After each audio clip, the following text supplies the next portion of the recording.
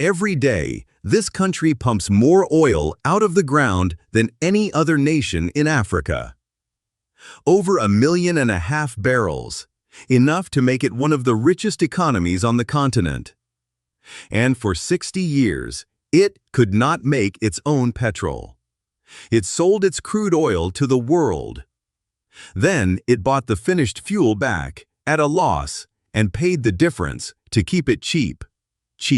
More than 200 million people live here. Nearly half of them. This is Nigeria, the giant of Africa. This is in Africa. And this is the story of how a country this rich stayed this poor. My Azisahud sized my over a tickard, twisted, if it thankful known of the grey advesti, if this is knowance eu dividity, and you reminding it togethery. This eu dividity, kun for Antoine de Goldent stayed versing as did. This is how Nigeria was not built by Nigerians. In 1914, a British colonial administrator named Frederick Lugard drew a single border around two territories that had almost nothing in common. To the north, a vast Muslim region of emirs and ancient cities ruled indirectly through its own leaders. To the south, a patchwork of hundreds of ethnic groups ruled directly by British officials. These two worlds were not joined because it made sense for the people inside them. They were joined because the North was running a deficit and the wealthier South could pay for it. It was an accounting decision. The name Nigeria was coined by a British journalist after the Niger River. One country, one border, drawn to balance a colonial budget. Inside that border sat more than 250 distinct ethnic groups, 3 of them large enough to dominate. And when the British left, all of them were handed a single state and told to share it. The cracks were built in from the first day. On the 1st of October, 1960, Nigeria became independent. The hope was enormous. This was the giant of Africa, huge, young, and sitting on oil that had just been found in the Niger Delta. But the state itself was fragile. Within 6 years, the army had seized power in a coup, then a counter-coup, then something worse. In 1967, the southeastern region, home to the Igbo people, declared itself an independent nation. It called itself Biafra. What followed was one of the worst famines of the 20th century. The Nigerian government blockaded Biafra by land and by sea. Food could not get in. Estimates of the dead vary widely, from around 500,000 to as many as 3 million. But most agree that roughly 1 million people, many of them children, died of starvation. The images of that famine traveled the world. Biafra surrendered in 1970. Nigeria stayed whole. But it had learned that it could hold itself together by force. And that lesson shaped everything that came after. For most of the next 3 decades, Nigeria was run by soldiers. Coup after coup. And the oil money kept flowing, which meant that whoever held the capital held a fortune. The most notorious of them took power in 1993. General Sani Abacha ruled for 5 years.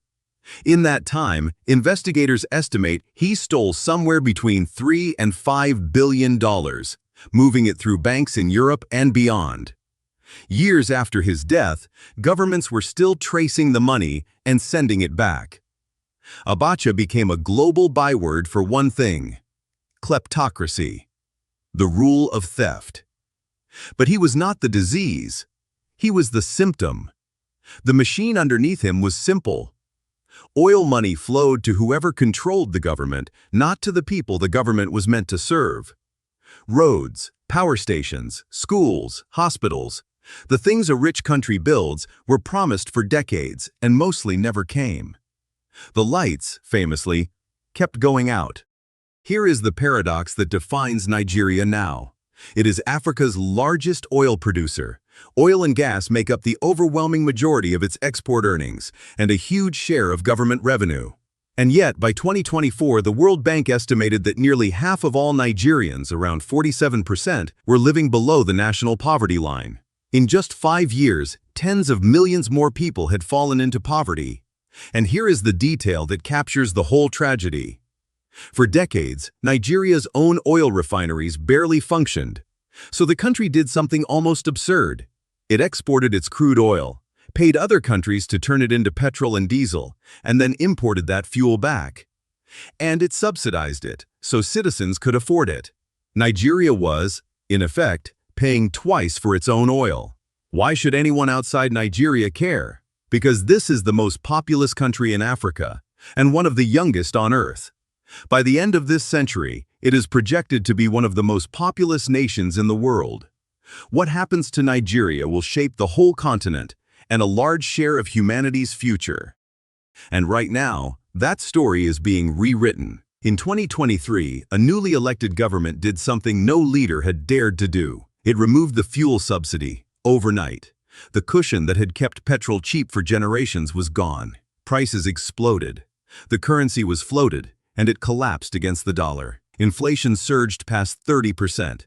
For ordinary Nigerians, it was brutal. But at the same time, something was being built that could change the equation for good. On the edge of Lagos, a Nigerian billionaire named Aliko Dangote had spent years constructing the largest single refinery on the planet, 650,000 barrels a day. In 2025, it finally reached full capacity. For the first time in living memory, Nigeria could refine most of its own fuel, instead of shipping crude out and buying petrol back. And in 2026, something happened that would have sounded impossible a decade earlier. Nigeria became a net exporter of petrol, not just crude, the finished product. The country that could never make its own fuel started selling it. Whether this fixes the deeper problem, the 60-year gap between what Nigeria earns and what its people receive, is genuinely unknown. A refinery is not a government. Cheap fuel is not a functioning state. But for the first time in a very long time, the giant of Africa is refining its own future instead of exporting it raw. More than 200 million people are waiting to see if this time is different.